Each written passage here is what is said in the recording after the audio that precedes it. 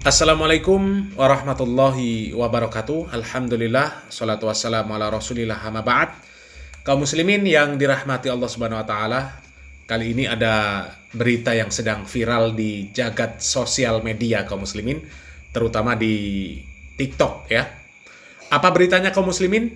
Beritanya ini ada sebuah rekaman audio yang beredar, yaitu rekaman audio yang disebut-sebut sebagai suara Dr. Richard Lee.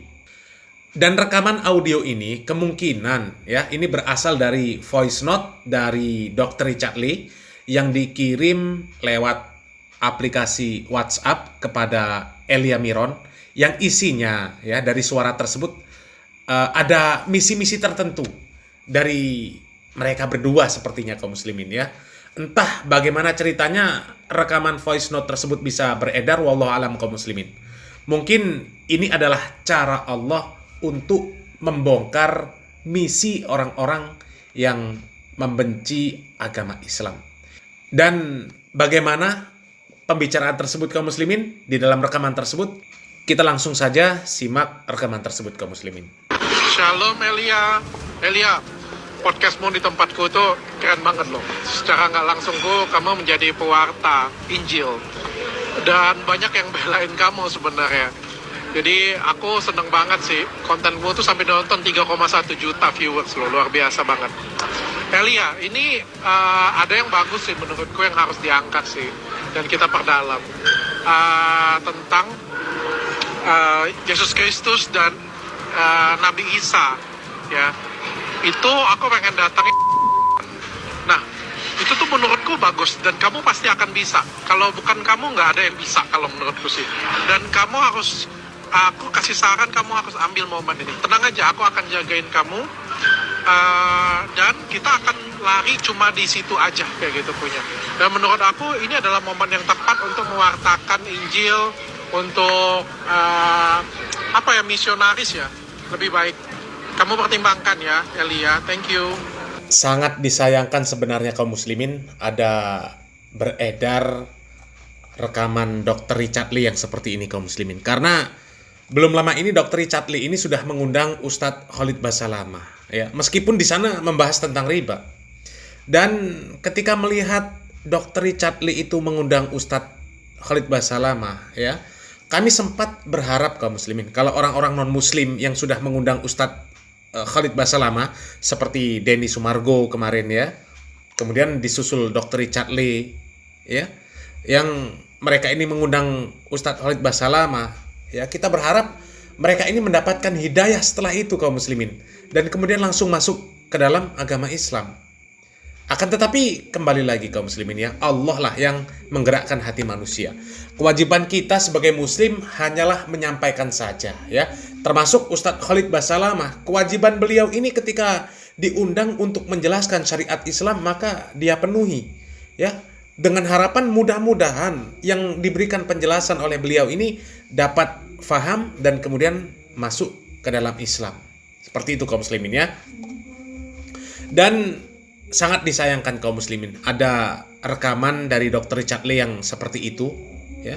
Dan kalau dari suaranya memang ini sama persis dengan suara Dr. Richard Lee. Tapi belum tahu kaum muslimin. Kita masih menunggu, barangkali nanti ada klarifikasi dari Dr. Richard Lee.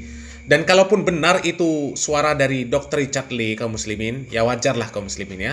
Karena di dalam surat Al-Baqarah itu jelas dikatakan, walan tardo angkal yahudu walan nasoro hatta tattabi'a millatahum. Orang-orang Yahudi dan Nasoro itu tidak akan pernah ridho kaum muslimin kepada umat Islam sampai umat Islam ini mengikuti millah, mengikuti agama mereka. Na'udzubillah min dalik ya, na'udzubillah min dalik. Dan kalau memang podcast yang dibicarakan oleh Dr. Richard Lee di dalam rekaman suara tersebut benar-benar akan dibuat kaum muslimin, maka kami berharap Dr. Richard Lee ini mengundang juga Ustadz Khalid Basalamah ya, untuk menjelaskan antara Yesus dan Nabi Isa secara ilmiah ya, untuk mengimbangi siapa tadi namanya, Elia ya. Dan tentu Ustadz Khalid Basalamah ini lebih bisa menjelaskan dengan ilmiah. Dan tentu kami juga kembali menaruh harapan setelah mendengarkan penjelasan dari Ustadz Khalid Basalamah, mereka kemudian faham dan masuk ke dalam agama Islam.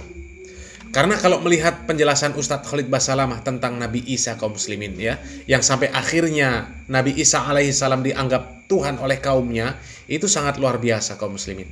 Sangat luar biasa. Dan langsung saja kaum muslimin, kita simak videonya kaum muslimin. Semoga bermanfaat. Barakallahu fikum. Wassalamualaikum warahmatullahi wabarakatuh. Lahir tanpa ayah, berarti dia anaknya Tuhan. Mulai pindah ke situ. Namanya gulu, berlebihan.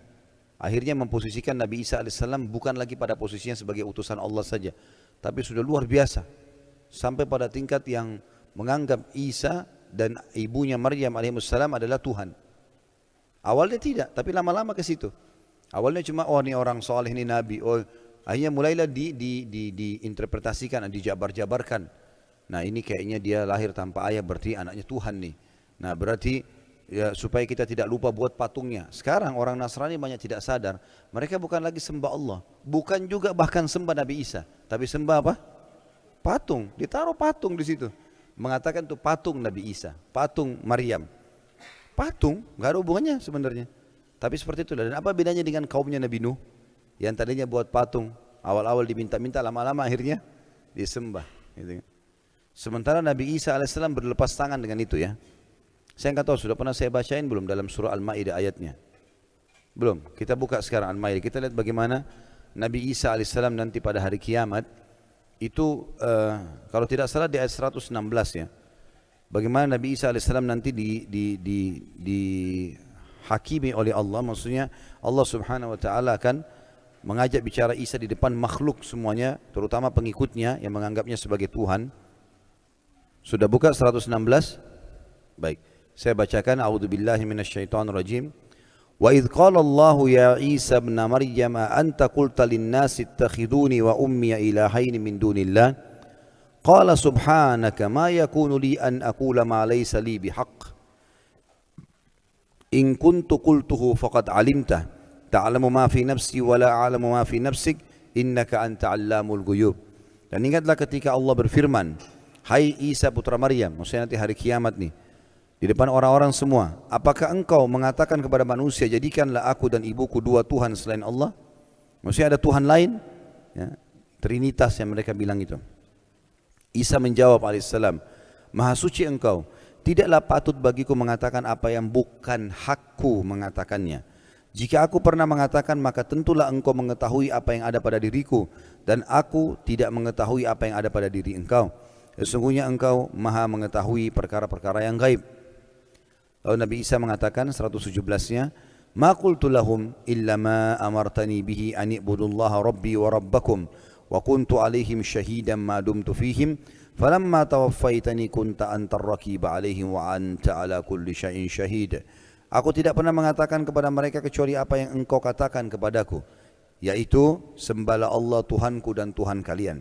Ini ajaran Nabi Isa AS kepada orang-orang Nasrani. Enggak pernah dia bilang, jadikan saya sebagai anak Tuhan, jadikan ibu saya sebagai Tuhan. Dan aku menjadi saksi terhadap mereka selama aku berada di antara mereka.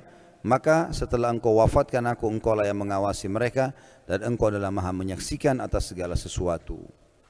Jadi nanti pada hari kiamat, pernyataan Allah subhanahu wa ta'ala yang akan disampaikan kepada Isa alaihi salatu wassalam. Dan Nabi SAW mengatakan, jangan pernah kalian berlebihan dalam memujiku, sebagaimana orang-orang Nasrani telah berlebihan memuji Isa putra Maryam. Aku hanyalah seorang hamba. Maka katakanlah hamba Allah dan Rasulnya, ya, Abdullahi wa Rasul.